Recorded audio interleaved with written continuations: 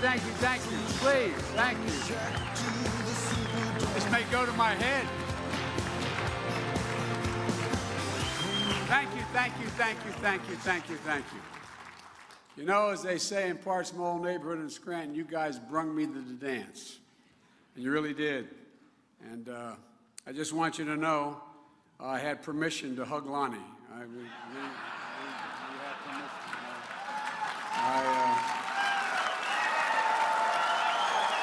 I don't know, man.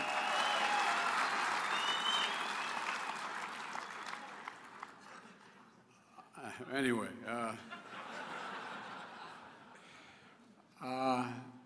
look, it's great to be with you, for real. Lonnie, the international president, has done such an incredible job, along with Kenny and Secretary General and Mike, Director of Construction and Maintenance. But before I begin, I want to say something to you all. Congratulations. And here's what I mean by that. Congratulations, because you guys are leading the union movement back. 2017, Baltimore Gas and Electric, 1,418 new brothers and sisters. Biggest in 125 years. 2018, Atlanta Gas and Light, 700 new brothers and sisters. And it keeps going on. Look, we're coming back. You are coming back. We need you back. When I look out at this crowd, let me tell you what I see. I see my old neighborhood in Claymont and Scranton. I see the backbone, and no, this is not hyperbole. I see the backbone of the nation. I see people not only are smart, but people with physical courage to do the things your members have to do. I see people who risk their lives going up in those bucket and trucks after raging storms, and sometimes during them, working around the clock to power communities. People take it for granted. Climbing up that damn pole, you risk your life. We used to understand that. Iron workers back in Delaware, a guy named Tommy Schrank, when they endorsed me as a kid running for the Senate, I used to go in, and I meant it sincerely. I'd go into the hall, and I'd say, I can't get over you guys. I admire your courage. 17 stories up, walking a beam, shooting a rivet. And people saying, is what they do worthwhile? Come on, man. I see the people in this room who represent the people and are part of the people who make manufacturing go. I see the people who lead the way to safer and cleaner energy. An energy future that's going to be done by repairing over 1 million miles of 2 million miles of leaky pipelines. Most of it put back in the 1960s. I see people who will build a 21st century electric grid that will not only power this nation's economy, but protect this nation from foreign adversaries and the way they use cyberspace and the rest to go after us. I see people who have busted their necks their whole lives to earn their pensions. And when you retire, you deserve every damn penny you work for, not a penny less. I mean it. I mean it. I'm tired of it.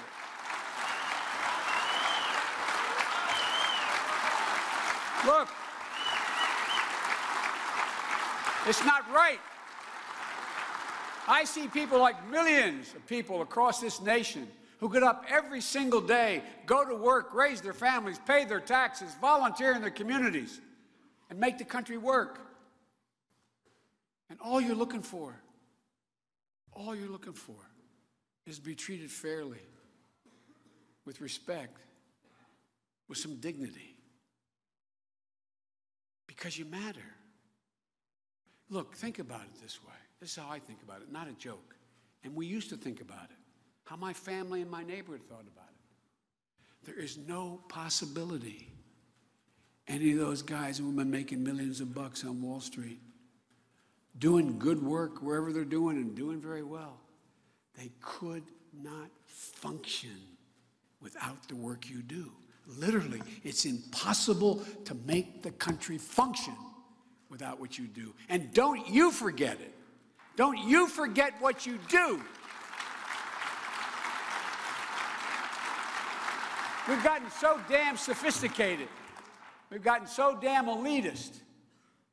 Just like I hope you guys understand. When that storm comes and the storm sewer's overflowing and some poor sucker's out there cleaning it, you owe him or her a thanks. They make life work for us. And I hate the way things have changed over the last 15 to 20 years. Folks, let me ask you a question. How do we get to the place where people who build bridges, repair our roofs, keep our water systems going, teach our kids, take care of our sick parents, our children, run into burning buildings rather than away from them, grow our food, build our cars, pick up the garbage off our streets, iron workers, steel workers, boiler makers, plumbers, electrical workers? How the hell do we get to the place where a lot of you don't think the rest of the country sees you or hears you or knows you? Or maybe most important, respects you, literally respects you for what you do. I tell all my sophisticated friends, they say, well, that's, that's respect. What are you talking about? I said, you do a job. You hope if you do it well, your colleague's going to say, good job. It matters. It matters how we treat people. It matters how we talk to them.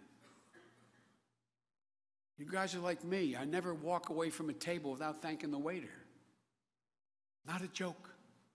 That's how I was raised.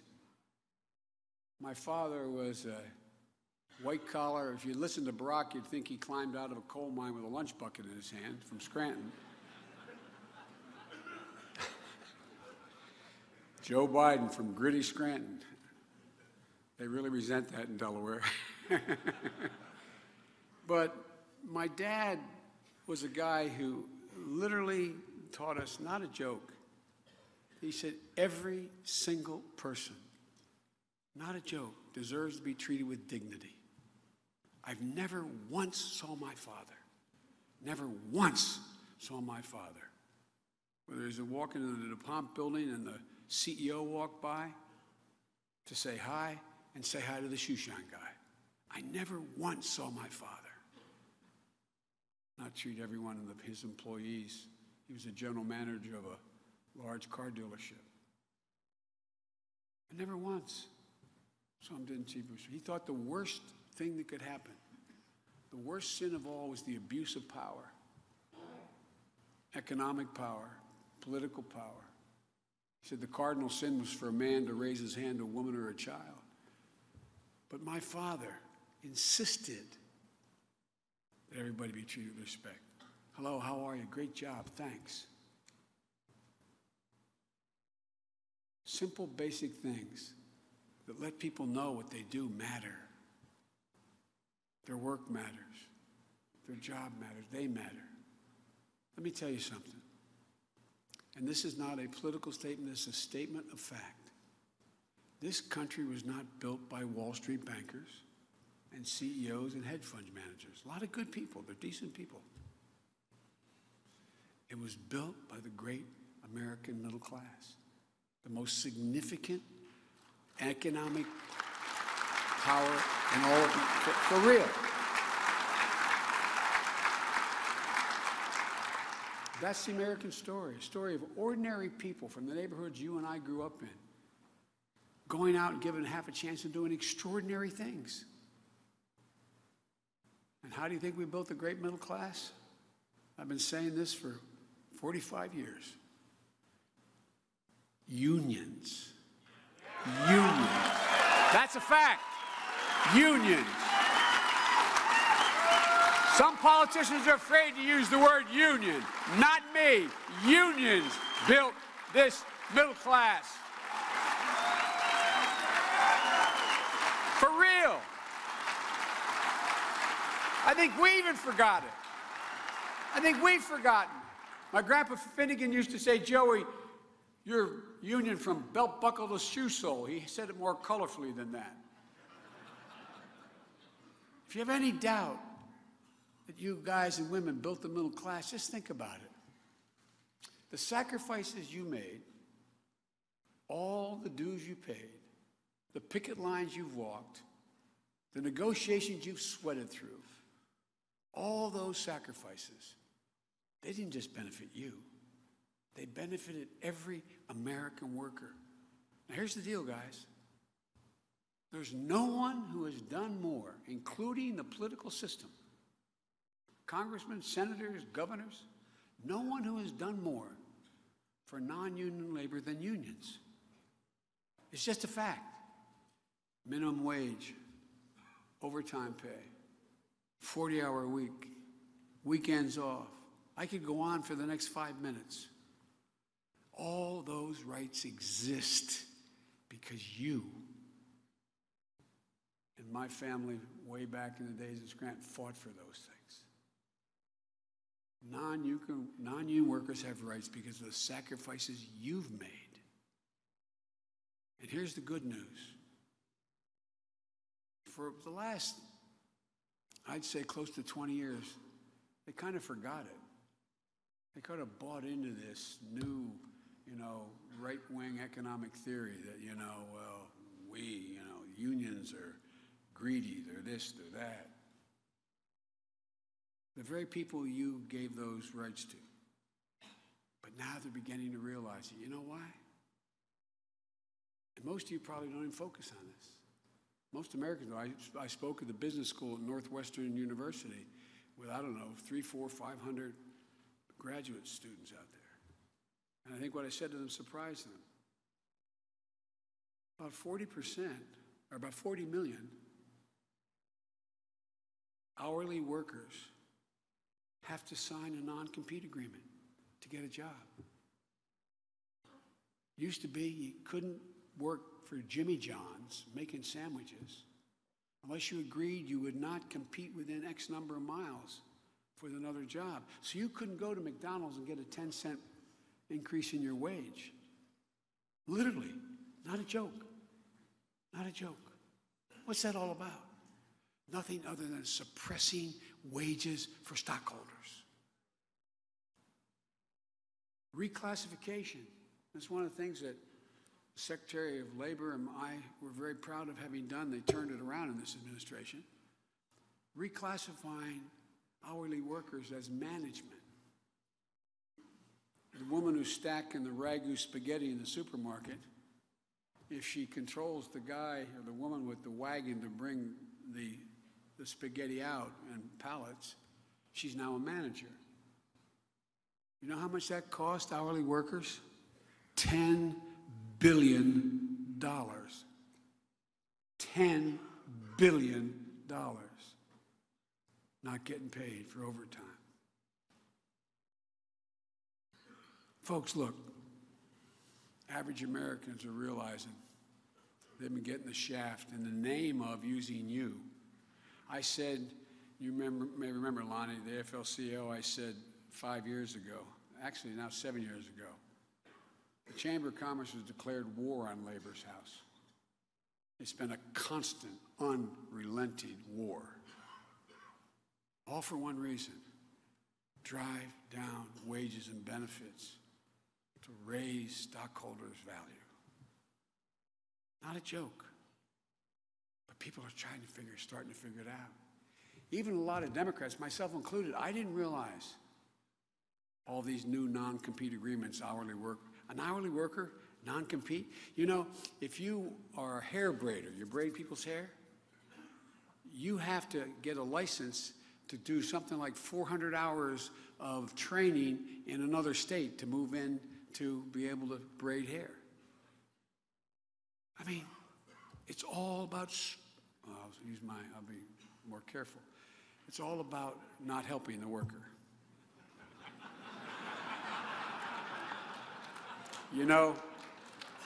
One of the things I love about the IBEW is this. You get what my father has always said. When my father left Scranton, when Cole died, he was a salesperson. There were no good jobs. The community was dying. I remember him walking up the stairs of my grandpa's house, sitting at the end of my bed. I think it's the longest walk any parent can make, to tell their kid, honey, you can't go back to the same school. we're losing the house, honey. We can't live there anymore. You're going to go home and live with Grandpa. It's only going to take about a year. Hey, all those kids, you want to come up on the stage, you can come up. It's okay. Come on up.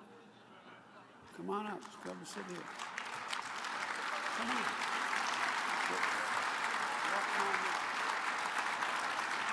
Any kids can come up. So, how you doing?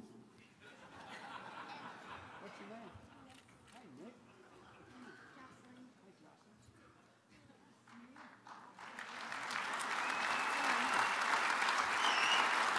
By the way, guys, nothing artificial about. If we don't win, if you don't win, you got a problem. If you win, if we win, their future. Right, you realize 54% of the American people think their children will never reach the standard of living they've reached. That's never happened before. 54%. And you guys can sit in the edge or what? I don't want you to have to stand all along, but it's up to you. By the way, he gave me permission to touch him. All right? Why don't you sit in the room right now? Sit right here. I don't want you to have to stand. I'm sorry it takes so long, guys, but everyone knows I like kids better than people. But look,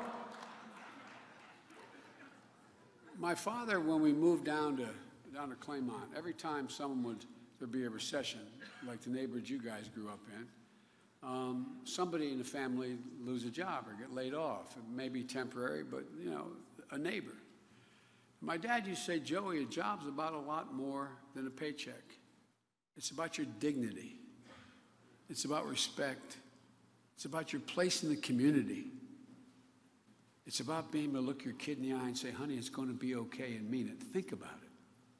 That's what a job's about. It's so much more than a paycheck. But a lot of people can't do that today. As I said, they don't believe that their children are going to be in the same position they were. They feel hopeless. They feel left out.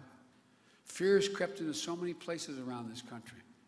So many times in our past, the worst among us, act like in the past, are preying on those fears to divide us. Why are you not have a job? Why are you getting a low-paid job? It's the other. It's the other. It's that immigrant. It's that black guy. It's that divide us. Divide us.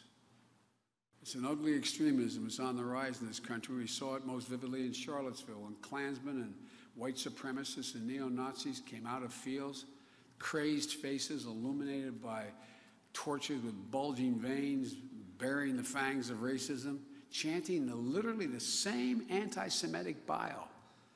The same anti-Semitic bile chanted in the streets of Nuremberg and Berlin in the 30s. A mean pettiness has overtaken our politics the last decade. Sometimes it seems like we can't govern ourselves because we don't talk to one another anymore. We barely talk to one another. My whole career, I've been able to get a lot of things done. I know I'm being criticized by some on the far left that I have actually think we should work with Republicans. But how do you get something done? Look, folks, this is not who we are. This is not the America we've known, we've grown up in. We have to remember what it is that makes this nation so special. And it's our core values. It's what we believe. It's the American creed. It sounds corny. We hold these truths self-evident, that all men are created equal, endowed by their Creator with certain inalienable rights. As I said, it sounds corny, but it's who we are. We've never fully lived up to it, to Jefferson's words, but we've never before walked away from them. Just walked away from them. I believe there's something the columnist David Brooks, conservative columnist in the Times, calls an invisible moral fabric, he talks about, that holds the nation together. It's made up of basic values, the values that define us. Honesty, decency, dignity, respect, giving everyone a fair shot, leaving nobody behind, giving hate no safe harbor. and leading by the power of our example, not just the example of our power. That's why the rest of the world has followed us. We are the shining hill, as Reagan said, the shining city on the hill, standing as a beacon for the world. But most importantly, we used to always understand as Americans that we're part of something bigger than just us. Something bigger than us. That's who we are. That's who we've been. That's who your parents were, your grandparents were. These are the values that made us the most respectful and successful nation in the history of the world. Not hyperbole. But look how we're viewed now. You know, there used to be a basic bargain in America. You guys know it better than anybody. It said that if you're a part of building the success of an enterprise, you got to share in the benefits. You got to share in the profits. Not now. If an enterprise is hit hard, it used to be, everybody took a hit. The CEO, the managers, the hourly workers. But that bargain's been broken. Now the only people who benefit when a company does well are the CEOs and the shareholders, the people at the top. As I said, Republicans have adopted the conservative economist Milton Friedman's dicta in the late 80s when he said, a corporation only has one responsibility to its shareholders. That's an economic theory, only to its shareholders, not its employees, not to the community in which it resides, not to anybody but the shareholders. That's why you see these tens of billions of dollars of buyback of stock rather than reinvestment in training and expansion. Since when is that how we've run? I have a cartoon in my office. The president used to always come in and try to jokingly turn around. There's some in New Yorker. I still have it in my office at Penn. It's a picture of a great big rotund guy from New York Magazine in a black turtleneck, black mask, and a black beret, sitting at an end of a table like this. And the other end of the table is an interrogator, not on the other side, the other end. And there's a great big burlap bag in the middle with a dollar sign on it. And he's looking at the interrogator and saying, I'm sorry, how was I supposed to know he was a job creator? You know, since when did my dad, who sold all those GM products, the guys in the assembly line in Delaware who made those products, the mechanics who kept them running, since when did they not contribute to the success of General Motors? But it used to be, as I said, everybody took a hit, but now the only people who get hurt when a company hits a rough patch are the workers. It's a one-way street. I couldn't remain silent after General Motors because I was the guy that was given blame and credit for bailing out, being the loudest voice in the administration for bailing out General Motors, an iconic industry, because I knew the capability of American labor. And American labor, the UAW took a big hit to get that done. The first year back, General Motors made $8 billion in profit. In 2018, they made $8 billion in profit. Just a few years after being bailed out by all of you, the American taxpayer. The CEO, good woman, CEO and top executives, the shareholders, they did incredibly well. Then the market turned on 4 of their products, maybe 5. GM hit a rough patch. So what happens? They close plants, lay off 17,000 UAW workers, announce they're going to build new facilities in Mexico, and the GM salary, the head of General Motors, goes from $22.9 million a year to $21.9 million. That year alone, they made $194,000 $1 million in a tax break. They could have given every one of those 17,000 people laid off a $10,000 severance pay to give them a chance to go somewhere. They could have come back and built those facilities, of new electric car facilities in the United States.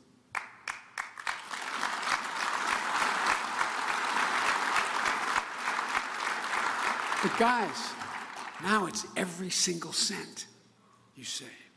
Where is the social responsibility? What's wrong? It's economically wrong and it's morally wrong. Sometimes I think President Trump is a tragedy in two acts. The first tragedy is that he treats and opposes every day the core values and beliefs of our nation, the things that go to our very democracy, the way he talks to people, the way he characterizes them. The guy who's the head of the Intelligence Committee calls him a pencil neck. I mean, what in the hell is happening? Our children are listening.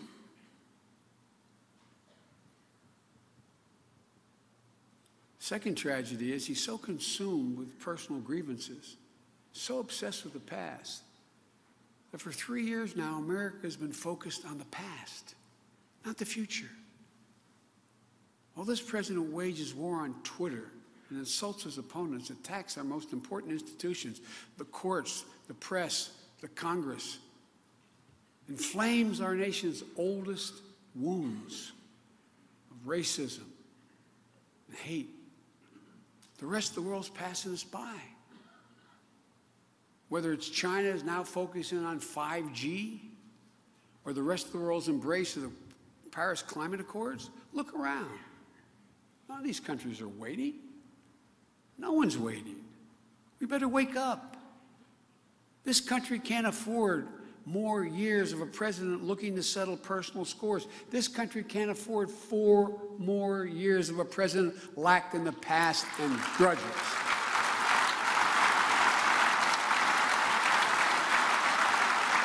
We've got to get moving. You guys know better than anybody else. You know the 21st century electrical grid can mean America, a great deal for America, both in terms of our economy and our national security. You know the skills and job training that are needed to handle that new grid. You know the kind of good-paying jobs that are great. You know these are jobs of the future. Whether it's working with community colleges or job training programs, apprentice programs, you know how to get it done. Some things.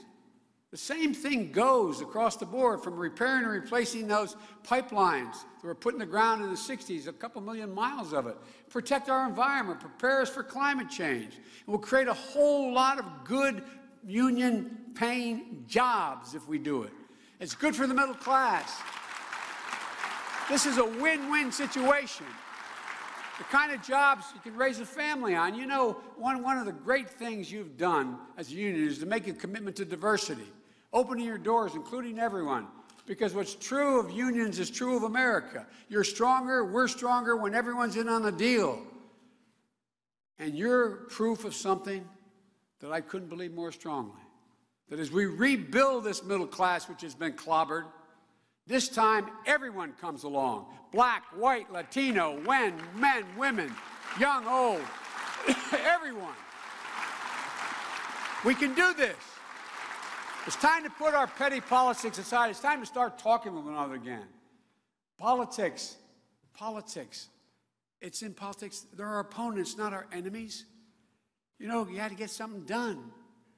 Because I've been part of getting things done my whole career, it's time for America to start thinking big again, for God's sake. This is the United States of America. It starts with a complete overhaul of our nation's education. We have to start educating our kids sooner. We know so much more now. Every single university and expert in the world acknowledges that our kids get to kindergarten or first grade. By that time, much of their brain is already developed. We need even more focus on them in early education. We have to face up to the fact that 12 years of education is no longer enough. Community college should be free, and we can afford it, guys. We can afford it. Not a joke. We don't have to punish anybody. We can increase from 6 to 9 million qualified people in community colleges, increasing the GDP by 0.2% a year by eliminating just one of the $1.640 trillion of tax loopholes. It's called stepped-up basis. You go out and you make a big profit, you're about to go cash it in, pay a capital gains tax, and you get hit by a truck. You leave it to your son or daughter, good people.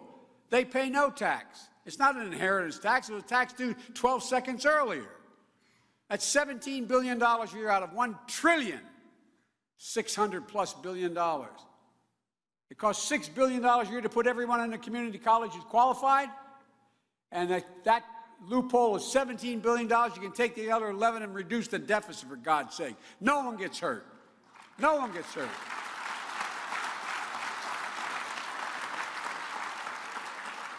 Look, folks, we need to invest in job training, apprenticeship programs, which you do, not only after high school, post-high school, but in high school.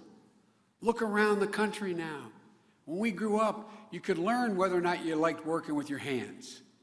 You had shop, you had automotive kinds, you had they don't exist in 90% of the schools anymore. What the hell's the matter with us? I did a study for the president, the jobs of the future. We need, for example, 57,000 more plumbers, 77,000 more, the list goes on. And you can make a decent wage. We should work to generate a consensus. Democrats and Republicans, we should know one another. If I know your husband or your wife, and you're a senator or a congressman, and I know they have breast cancer, or I know that you have a son or daughter with an opioid addiction, or I know you just lost your brother or sister, it's hard to dislike you. I know you. I make a personal connection. Make a personal connection. And we can work together to compromise. But when we don't even know one another, what happens? What happens? We attack each other. We attack each other based on motive. You're in the pocket of unions, Biden. You're in the pocket of big this. You're in the pocket of that. Hard to get to yes and a compromise when you can't even talk to one another. Democrats and Republicans can do better. Look, if we were building America today from scratch, we wouldn't just have a 12-year education system. The reason why we led the world beginning of the 20th century is because we're the only nation in the world that had universal 12 years of public education. That's what built this country. Built you and what you built. So, folks, my wife, Jill, who's a community college professor, says it best. She said, any country that out-educates us is going to out-compete us. It's just that simple. It's that basic. And I don't just mean high school. I don't just mean college. I mean in trades. I mean in all the new, important technologies we have to master that don't require college degrees, but require considerable knowledge. We need to take the next step to rebuild our healthcare system. The Affordable Care Act was a big step. You guys have fought for and been able to guarantee healthcare for your employees, your members. We need to build on it. What we can't do is blow it up and cause 22 million people that Barack and I were able to put on healthcare, give them peace of mind. I remember my dad, when he went from one company to another, lost his health insurance. And my mom said he stared at the ceiling at night, just worried, what happens? What happens if I get sick? What happens when my wife gets sick? We lose everything. It's peace of mind. If you remember, when we passed the Affordable Care Act, President Obama, I said something in effect, this is a big deal.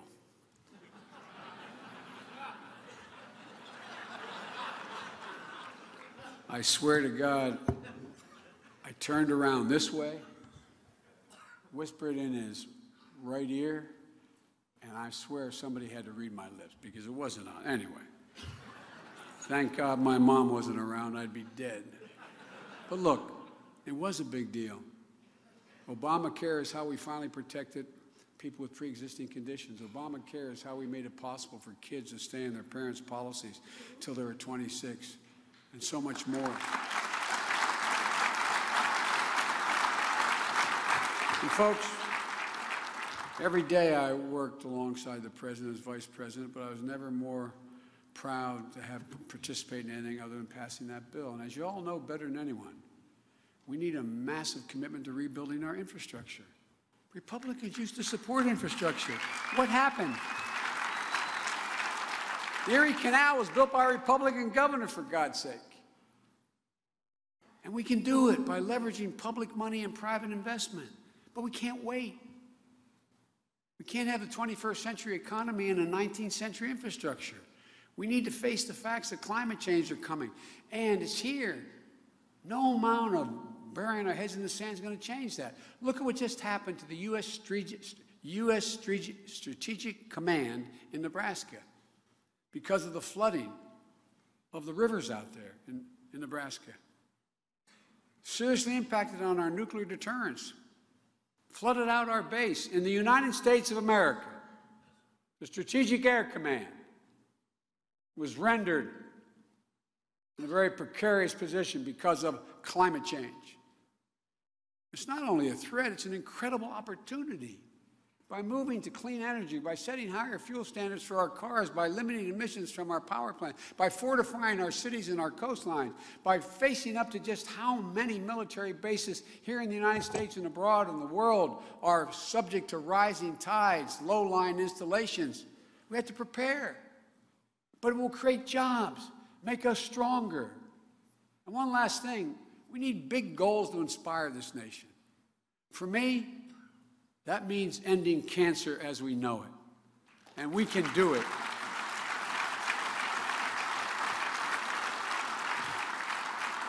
For too many people in this nation, far too many people in this room, you have gone through or going through what my family went through when we lost my beau, my son.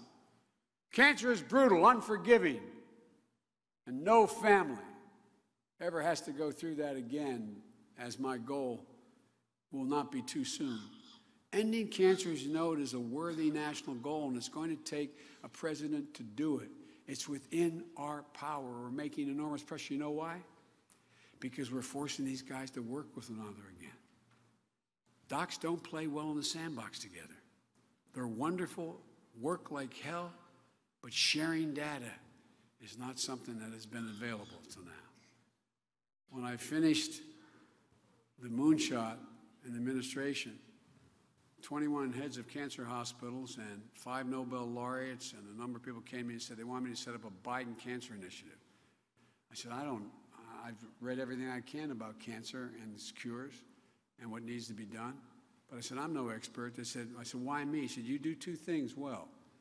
You can convene people and you can shame them. I thought, that's a hell of a thing. But folks, I can honestly say I'm more optimistic today than when I got elected as a 29-year-old kid, not just about what we can do to cure cancer, but about America. America's in a better position, I'll end with this, than we've ever been in our entire career if we just get up off our feet, our backside, stand up, remember who the hell we are. We have the largest economy in the history of the world. We have the most powerful military in all of history. We have the most innovative entrepreneurs in the world. We have more great research universities in America than all the rest of the world combined. As my wife would say, Google it. We have the most agile venture capitalists. We have the most productive workers in the world. That's a fact. That's a fact. 3 times as productive as workers in Asia. We're virtually energy independent. Something no one thought of before. Folks, there's no reason why we can't own the 21st century. There's no reason why we can't. We just have to get out of our way. Remember who the hell we are. Folks, with you and your brothers and sisters in the movement, remembering who we are, that this is the United States of America. There's nothing we are incapable of doing. Nothing. So let's get the hell up and get it done. Thank you. Thank you.